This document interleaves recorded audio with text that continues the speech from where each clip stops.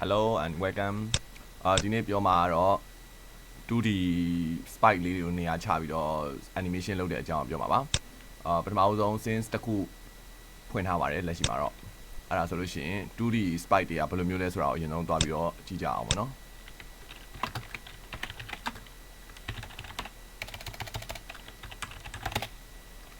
maybe running ဆိုတဲ့ 2D spike တစ်ခုကိုရှားလိုက်မယ်ဆိုလို့ရှိရင် sprite sheet လို့ခေါ်တဲ့ sheet ဆိုတဲ့ဒီပုံတစ်ပုံPNG ပုံတစ်ပုံမှာလည်းပုံတွေအများကြီးပါတဲ့ဟာလေးရှိပေါ့စသဖြင့်ဒီပုံတစ်ပုံလေးကိုအစောကြီးက download ဆွဲထားတာရှိပါတယ်အဲ့ဒါတော့ဒီမှာပါနော်ဒီပုံလေးကိုဒီပုံလေးထပ်ပြီးတော့ 2D ပုံစံမျိုးဖြစ်အောင်လုပ်ပါပါအဲ့တော့အဲ့ဒီဟာလေးကို drag and drop လုပ်ပြီးတော့ unity လေးကိုပြစ်ထည့်လိုက်ပါတယ်ပြစ်ထည့်လိုက်ပြီးတော့နာမည်ပြောင်းတယ်ပေါ့နော် runningစပြီးထည့်လိုက်ရဆိုလို့ရှိရင်လက်ရှိမှာတော့ 2D လို့ဖြစ်နေပါတယ်တကယ်လို့ဒါ project ကို 2D နဲ့ create လုပ်ထားရင် 2D လို့ပေါ်ပြီးတော့ 3D နဲ့ create လုပ်ထားရင်တိုက်ရှာလို့ဖြစ်နေပါလိမ့်မယ်အဲဆိုလို့ရှိရင်တော့ 2D ကိုပဲ 2D ဆိုတဲ့ဟာလေးကိုပဲရွေးပါမယ်နော်အဲ့ဒါဆိုလို့ရှိရင်အဲ့ဒါကိုရွေးတယ်အဲ့ဒါကိုရွေးပါလို့ရှိရင်သူကပုံတစ်ပုံထဲမှာနေမယ်ပုံအားလုံးပေါင်း10ပုံပါတဲ့အတွက်ကြောင့်သူက single မဟုတ်ဘူး single မဟုတ်ဘဲနဲ့ multi ပဲရွေးပါတယ်multi ပဲပြီးသွားလို့ရှိရင် spike editor ကို apply လုပ်ပြီးတော့ spike editor ကိုဖွင့်လိုက်မယ်ဆိုလို့ရှိရင်တော့spike editor တက်လာတယ်ပေါ့ spike editor ဆိုတာကတော့ဒီပုံတွေကိုတစ်ပုံချင်းဖြတ်ညှက်ကတ်လုပ်ဖို့အတွက်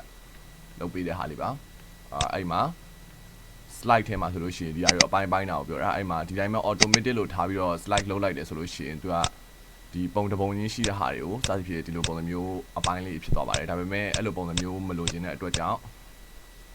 ဒီသူနေရာအတိအကျ slide လုပ်လို့ရတဲ့နီလန်နောက်တစ်ခုကဒီထဲမှာဆိုလို့ရှိရင် cell count ပေါ့နော် cell size ဆိုတာကတော့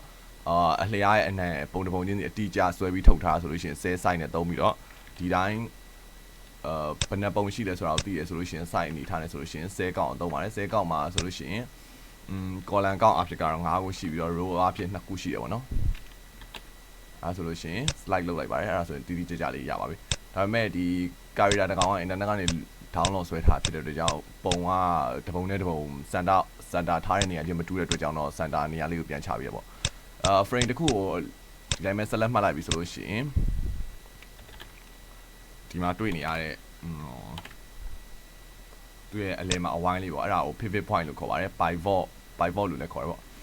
ဒီ point လေးကိုသူ့ရဲ့လူတယောက်ရဲ့ center ချက်နေရာမှာရှိတဲ့အတွက်ကြောင့်အဲ့ဒီ point လေးကို center နေရာလေးမှာထားပေးလိုက်ပါတယ်ဒီလိုပုံစံမျိုးနဲ့အားလုံးရွှေ့လိုက်ပါတယ်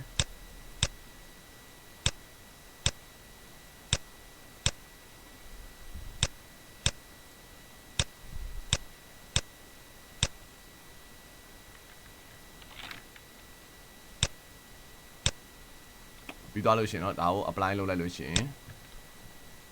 spike editor ကနေထွက်လို့ရပါပြီအဲဆိုလို့ရှိရင်တော့ခုန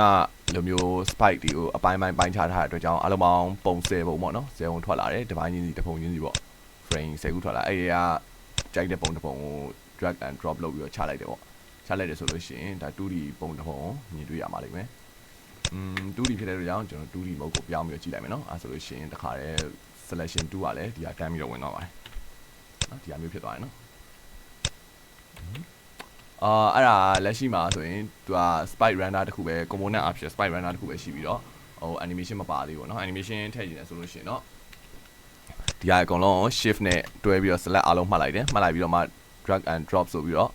ဒီခုနကထည့်ထားတဲ့တစ်ခုကျထည့်ထားတဲ့ဟိုဟာတွေကိုထည့်လိုက်ဆိုလို့ရှိရင် game object တွေကိုထည့်လိုက်တယ်ဆိုလို့ရှိရင် animation တောင်းပါတယ်အဲ့ဒါကတော့ running animation ပေါ့ running animation folder တော့မဆောက်ပြတော့เนาะ folder လေးနဲ့ထည့်ရင်ပို့ပြီးတော့သိသက်တာပေါ့ okay save လုပ်လိုက်တယ်အဲ့ဒါဆိုလို့ရှိရင်သူရဲ့ running animation ဒါ animator controller နဲ့ပြီးတော့ motion ဆိုတဲ့ဟာနှစ်ခုထွက်လာပါလိမ့်မယ်အဲ့ဒီ animator controller ကိုကြည့်လိုက်မယ်ဆိုလို့ရှိရင်နှစ်ချက်နှိပ်လိုက်မယ်ဆိုလို့ရှိရင်ပေါ့နော်ဒီလိုဟာမျိုးတွေ့ရတယ်ဒါဒီ state tag ခေါ်တယ် animation state tag ခေါ်တယ်အဲ့ဒီထဲမှာဒီမှာ motion ဆိုတဲ့ဟာလေးကိုဒါလေးကိုထည့်ထားတယ်ဆိုတဲ့သဘောကိုပြောတာအဲ့ဒါဆိုလို့ရှိရင်အခုဆိုလို့ရှိရင်ဒီတိုင်းပဲ run ကြည့်လိုက်အောင်နဲ့ character ပြေးနေတာကိုစပြီးတော့တွေ့ရပါလိမ့်မယ်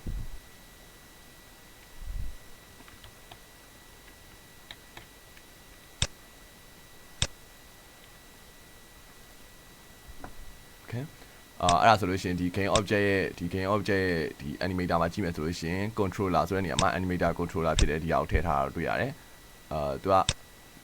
animation မှာသူ့ရဲ့ဒီ animation game ရဲ့ game object ရဲ့ဒီ animation ဆိုတဲ့ window ထဲမှာဆိုလို့ရှိရင်လည်းသူ့ရဲ့ spike တွေဟိုအစစ်စစ်ရှိတဲ့ဟာကိုတွေ့ရလိမ့်မယ်အဲ့ဒါဒီဒီမှာမြင်နေရတဲ့ပုံနံပါတ်တွေနဲ့သူက direct ချိန်ထားရပါတော့โอเคအဲ့ဆိုရင်တော့လူဒီ spike တခုရွေးတဲ့ဟာကိုလုပ်လို့ရပြီပေါ့နော်ကျေးဇူးတင်ပါတယ်